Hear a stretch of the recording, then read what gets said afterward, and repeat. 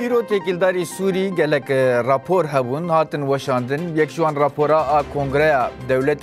دولت یکبوی یا آمریکایی بو دور ده تکیلداری حکومت آوگوز سوری نرنه خودتانی سرزمان به تایبت هبوکه که بود گود ارتشانو یا سوریه یا گردای حکومت آوگوز به آواهی که رخصینی یا هفگرتیه ارتش خود سپیره هفبندیه که نازک و پارچه بوی که جبر پرسین هیئت تحریر الشام yani Cephet el-Nusra û çend milîsên Sunnî yên tundra pêktê. Dîsa têkîldarî heman rewşê bi taybet jî qirkirinên li berava Sûriyê rapora neteweyên yekbûyî hebû li wê derê gelek dane dihatin eşkerekirin. Pêkanînên hatiye pêşkêşkirin ew kiryarên ki û çêbûyî ji aliyê hikûmeta veguhêz ve wekî sûcên şer pênase dikir. Her wa dîsa çavdêriya mafê mirovan a Sûrî bi taybet têkîldarî Swêdayê bilançoyek ragand. تکیلداری انجامه وی گفت 1653 کس لسویدای هاتنه قتل کردن هاتنه کشتن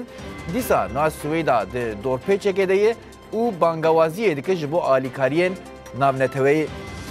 دیسا ملکی گفخوارنین حکومت وگوز سوری هبو لسر باکور روجلات سوری دوی وارده چتین بسر و یانجی به تشویقای و به والاتین اولکاری یکو هشتی و لبو تفجر خود زیده کردن به تایبت لقادین شیخ مقصود اشرفی تاخین حلبه هر وال دیر حافره دیسا لدیر ازوری لگل وی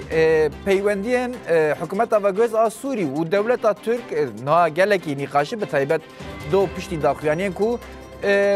کومکل سرناوی حکومت آوگوز چو انقره لگل وزیر کار در و یه دولت ترک حاکم فیدان داخویانی دانوشون ده اف یک زیدتر کت روژه و هات نقاش کرن گلو پیوندی دنابر وان هر دو هیزان ده هر دو آلیان ده چه آسته ده دخوازن چه ببیشن دخوازن چه بکن و بر بکو و بچه اف داخویانی کو دانه ده و بشه برنامه خود مثل روشا داویا سوریه نقاش بکن برنامه همه دست بکن